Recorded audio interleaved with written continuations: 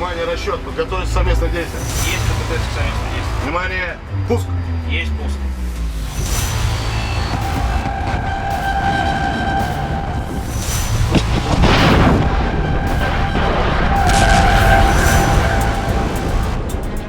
Ukraine में ये आग बता रही है कि पुतिन अब क्या करने वाले हैं।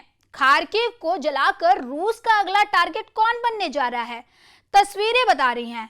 कैपिटल कीव के बाद जेलेंस्की के सबसे अहम शहर खार्किव का ये हाल किया है रशियन मिसाइल और ड्रोन ने। नमस्कार, आप देख रहे हैं न्यूज 18 का डिजिटल प्लेटफॉर्म और मैं हूं आपके साथ सृष्टि शर्मा। परमाणु बेस पर हमले के बाद यूक्रेन पर रहम के लिए अब पुतिन के दिल में कोई जगह नहीं। खार्किव पर 9 ड्रोन और 2 मिसाइल दागी गई और देखिए क्या हाल हुआ। हर तरफ आग और आग बुझाने की कोशिश लगातार जारी। लेकिन ये आग इसलिए नहीं बुझ रही है क्योंकि 3.25 साल के युद्ध में सोलों की तादाद बढ़ती रही है। पुतिन ने 3 शहरों को टारगेट बनाया, खार्किव, सुमी और ओदेसा। एक ही रात में करीब 100 ड्रोन से अटैक किया गया। यूक्रेन का दावा है कि 36 ड्रोन गिरा दिए गए, 25 जाम कर दिए गए, लेकिन बाकी अपने टारगेट पर जाकर फटे। यहां पड़ा है वही शाही ड्रोन जो रूस ने ईरान से मंगाया है। इसके एयर फ्रेम के कई हिस्से बरामद किए गए हैं। इसके मोपेड वाले इंजन के टुकड़े भी देखे जा सकते हैं। इस ड्रोन की लास्ट सबूत है कि रूस इस युद्ध में अकेला नहीं है और यही ताकत है जिसके बल पर पुतिन के कमांडर अब युद्ध 3 गुना तेज करने वाले हैं। रूस में सुरक्षा परिषद के उपाध्यक्ष दिमित्री मेदवेदेव, जो रूस के राष्ट्रपति भी रह चुके हैं, उन्होंने कहा कि यूक्रेन से बातचीत का बस एक मकसद है, संपूर्ण जीत और यूक्रेन में नाजीवाद हुकूमत की 100% तबाही। पुतिन के इन इरादों को टक्कर देने के लिए यूरोप में नई कोशिश शुरू हो गई है। फ्रांस के राष्ट्रपति इमैनुअल मैक्रों ने इटली का दौरा किया है। यहां प्रधानमंत्री मेलोनी से उनकी मुलाकात हुई और दोनों के बीच यूक्रेन को लेकर काफी देर तक बात हुई। यानी पुतिन के खिलाफ यूरोप में लगातार सीक्रेट मीटिंग हो रही है और बहुत ही गोपनीय प्लान तैयार हो रहे हैं। जबकि दूसरा सच यह है कि पुतिन ने परमाणु बेस पर हुए हमलों के बाद अपने एटम बम वाली फोर्स को एक्टिव कर दिया है। पुतिन के मिसाइल बेड़े में ऐसे खतरनाक हथियार हैं जो पेरिस से लेकर रोम और लंदन से लेकर वॉशिंगटन डीसी तक सब कुछ पिघला सकते हैं। यूक्रेन के सरेंडर के लिए पुतिन की 4 डिमांड है।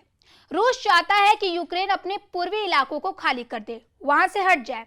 दूसरी मांग है कि यूक्रेन निष्पक्ष हो जाए और तीसरी डिमांड यूक्रेन की सेना की तादाद सीमित रहे और चौथी डिमांड कि यूक्रेन में चुनाव हो, नई सरकार बने।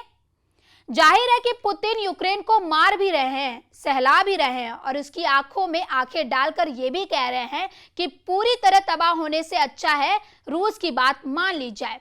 नहीं तो जो ट्रेलर मई में दिखाया और जून की शुरुआत में दिखाया जा रहा है, वही पिक्चर पूरे 2025 में बना दी जाएगी।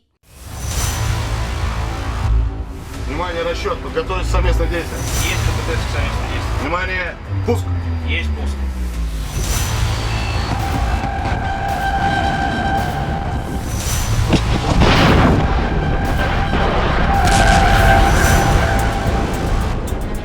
Міністр оборони дзвонив російському пану Медінському. Так, вони сказали, буде, але ми так і не дочекались. Ніхто не дочекався. Ми запитали Сполучені Штати Америки, вони також чекають, всі чекають. जेलेंस्की के देश को लाखों जख्म देखकर पुतिन बता रहे हैं कि यूक्रेन के पास सरेंडर के अलावा कोई रास्ता नहीं है। पुतिन के सामने चाहे ट्रंप हो या फिर उनकी मिलिट्री ग्रुप नेटो, रूस किसी भी कीमत पर यूक्रेन को बख्शने वाला नहीं है। यह पुतिन का लगातार सबसे बड़ा प्रहार है। खार्किव पर ऐसे हमले हो रहे हैं जहां आग लगातार दहक रही है। यह पुतिन का गुस्सा है जो आउट ऑफ कंट्रोल हो चुका है। यह दावा ऐसे व्यक्त किया जा रहा है जब पुतिन ने यूक्रेन को पूरी तरह रौंदने का फाइनल फैसला कर लिया है, क्योंकि अब सीधा राजधानी कीव पुतिन के टारगेट पर आने वाली है। इसका इशारा पुतिन और उनके सबसे करीबी दिमित्री की नई रणनीति से पता चलता है। पुतिन के टारगेट पर है यूक्रेन के 2 बड़े शहर खार्किव और सुमी। यहाँ रूस बनाना चाहता है बफर जोन, लेकिन जेलेंस्की बता रहे हैं इसे पुतिन का किल जोन, जहां से कोई बचकर नहीं निकल पाएगा। Уже говорил, что было принято решение о создании необходимой буферной зоны безопасности вдоль границ. Наши вооруженные силы сейчас эту задачу решают. Активно подавляются огневые точки противника. Работа идет. Внимание, расчет. Подготовить совместное действие. Есть КПТ совместное действие. Внимание, пуск. Есть пуск.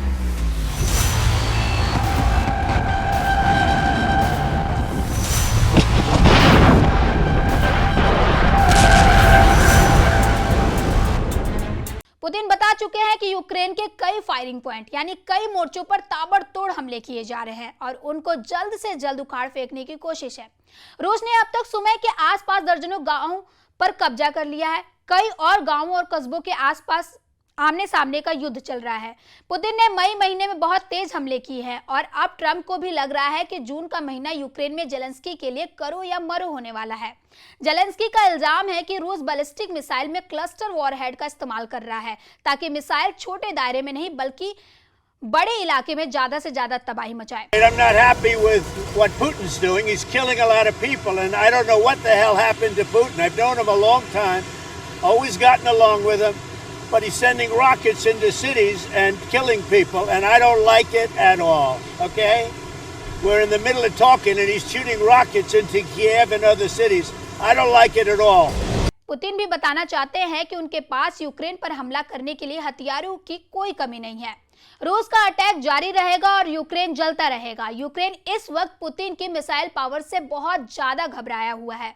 रूस ने अब तक यूक्रेन पर 2 बहुत ही खतरनाक बैलिस्टिक मिसाइलों का ज्यादा से ज्यादा इस्तेमाल किया है। पहली है पुतिन की सबसे सटीक माने जाने वाली स्कंदर M बैलिस्टिक मिसाइल, जिसकी रेंज 500 किलोमीटर है। यूक्रेन का दावा है कि पुतिन इस मिसाइल को क्लस्टर बम से लैस कर रहे हैं ताकि ज्यादा से ज्यादा नुकसान हो। ये 1 सेकेंड में 2000 मीटर की रफ्तार से हमला करती है, यानी इसको रोकना किसी भी मामूली एयर डिफेंस के लिए नामुमकिन है। दूसरी मिसाइल है तोचका, जो बॉर्डर के आसपास के इलाकों पर इस्तेमाल की जा रही है। ये टेक्निकल बैलिस्टिक मिसाइल है जिसकी रेंज 120 किलोमीटर है। ये मिसाइल 1800 मीटर प्रति सेकंड की रफ्तार से हमला करती है। Внимание, расчет. Подготовить совместное действие. Есть КПТ совместное действие. Внимание, пуск. Есть пуск.